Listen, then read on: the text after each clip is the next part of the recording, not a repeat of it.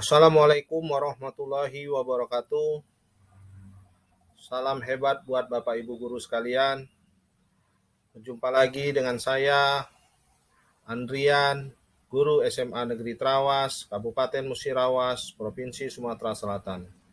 Pada kesempatan kali ini saya akan melakukan aksi nyata pada platform Merdeka Belajar dengan tema Mengapa Kurikulum Perlu Berubah. Pada kesempatan ini, sebelum kita membahas apakah perlu kurikulum itu berubah, ada baiknya kita pahami dulu apa itu kurikulum.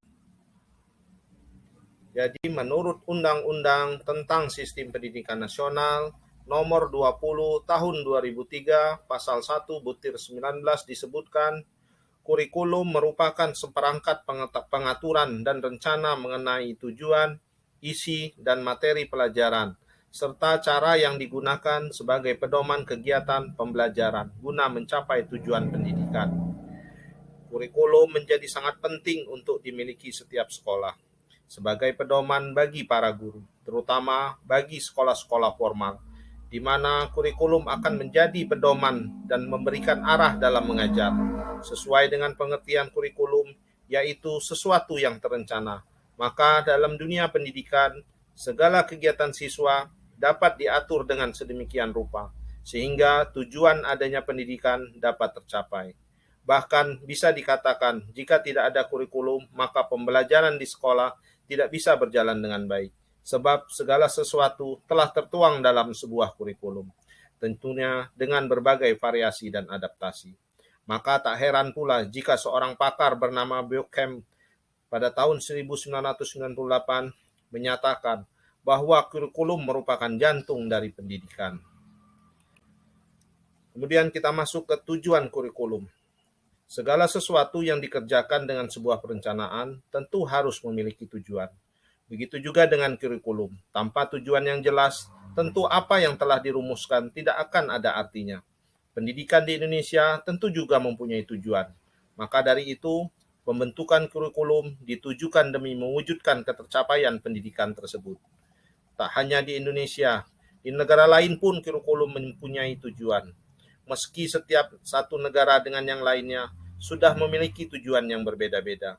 Semua itu disesuaikan dengan falsafah negara, sumber daya manusia, dan alam yang dimiliki, serta keadaan politik dan sosial warga masyarakat. Adapun tujuan dari pendidikan di Indonesia sesuai dengan jenjangnya adalah yang pertama, tujuan pendidikan dasar yang menaruh perhatian penting pada aspek kecerdasan, pengetahuan, kepribadian, akhlak mulia, dan juga keterampilan sebagai pondasi utama. Dengan pondasi tersebut diharapkan peserta didik mampu hidup lebih mandiri, serta memiliki kesiapan untuk memasuki jenjang pendidikan selanjutnya. Kemudian tujuan kurikulum pada jenjang menengah, yaitu untuk meningkatkan kecerdasan, pengetahuan, kepribadian, akhlak mulia, dan juga keterampilan, guna menjadi bekal bagi kehidupan remaja yang penuh dengan tantangan. Kemudian tujuan kurikulum pada jenjang menengah kejuruan, yaitu untuk meningkatkan kecerdasan, pengetahuan, kepribadian, akhlak mulia, dan keterampilan yang jauh lebih baik dari sebelumnya. Dengan begitu, peserta didik siap untuk hidup mandiri di masyarakat dan mampu melanjutkan pendidikan ke jenjang selanjutnya. Peran dan fungsi kurikulum. Peran kurikulum sebagai pedoman dan acuan dalam pembelajaran.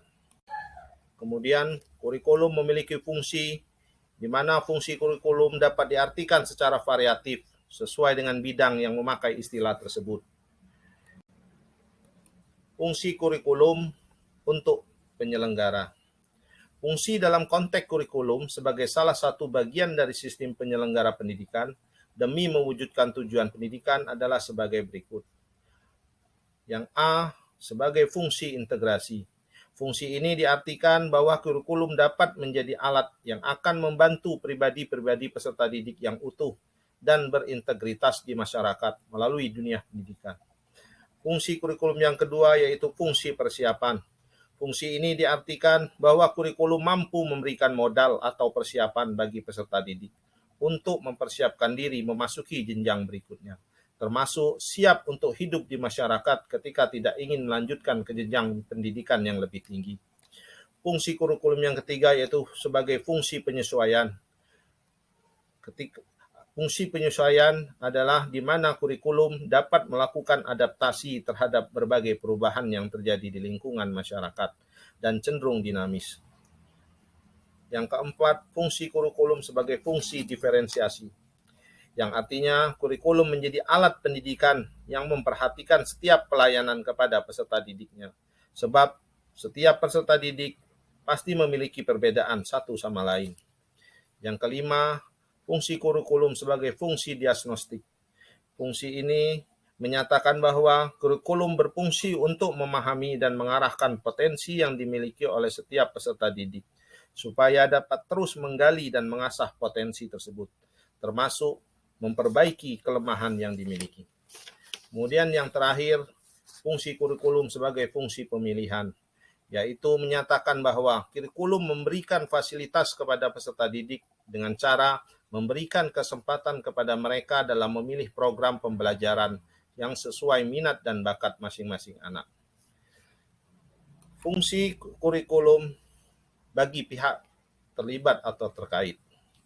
Yang pertama, bagi kepala sekolah. Kurikulum mempunyai fungsi bagi kepala sekolah sebagai manajer dan pimpinan dalam penyelenggaraan pendidikan di sekolah. Kepala sekolah mempunyai tugas untuk melakukan pengelolaan pendidikan di tempat masing-masing, yaitu dengan cara melakukan koordinasi dan supervisi terhadap setiap pembelajaran. Apakah kurikulum diterapkan sesuai dengan ketentuan atau tidak. Kemudian fungsi bagi guru mata pelajaran. Di sini kurikulum memiliki fungsi sebagai pedoman dalam melaksanakan pembelajaran, baik di dalam maupun di luar kelas. Sebab setiap pembelajaran menjadi tugas dan tanggung jawab setiap guru mata pelajaran. Kemudian fungsi kurikulum bagi peserta didik. Bagi peserta didik yang menjadi target dari adanya kurikulum, dalam proses pendidikan, peserta didik adalah pusat perhatian dari setiap pembelajaran. Maka dari itu, kurikulum berfungsi untuk menjadi acuan bagi para siswa mengenai apa saja program-program pendidikan yang harus dipelajari dan dipahami, serta apa saja target pembelajaran yang harus mereka capai di setiap jenjangnya. Yang terakhir, fungsi kurikulum bagi orang tua atau masyarakat. Meski tidak terlibat dalam pembelajaran secara langsung, namun orang tua mempunyai peran penting bagi keberhasilan peserta didik. Dalam hal ini, mereka akan menerima hasil dari proses pembelajaran yang telah dilakukan di sekolah. Jadi, capaian siswa terhadap setiap pembelajaran yang akan dilaporkan kepada orang tua juga tak lepas dari adanya kurikulum.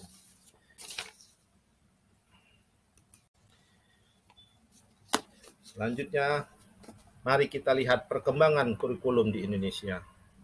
Dalam rentang pendidikan, sejak zaman kemerdekaan hingga saat ini, negara kita telah menggunakan beberapa kurikulum. Di antaranya adalah kurikulum 1947,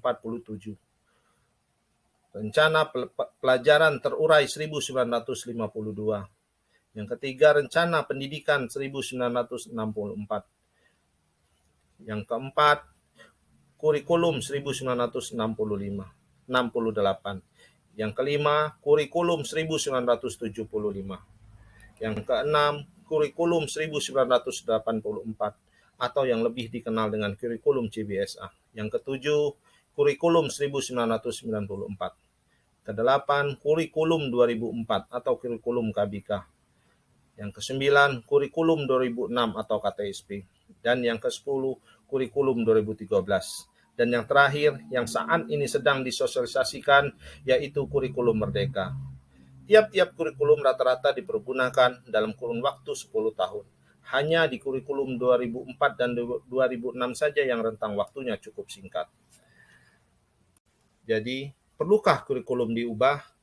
Melihat fenomena sudah seringnya kurikulum berubah di Indonesia, maka perubahan kurikulum bukan merupakan sesuatu yang tabu. Perubahan kurikulum memang perlu dilakukan untuk menyesuaikan dengan kebutuhan peserta didik dan perkembangan zaman. Apalagi masa sekarang ini ilmu pengetahuan dan teknologi informasi telah berkembang dan pembelajaran akan membosankan tanpa adanya perubahan kurikulum. Bukankah tugas kita untuk menyiapkan para peserta didik kita menghadapi perkembangan zaman yang baru, yang di mana zaman yang sama sekali berbeda dengan zaman kita dahulu.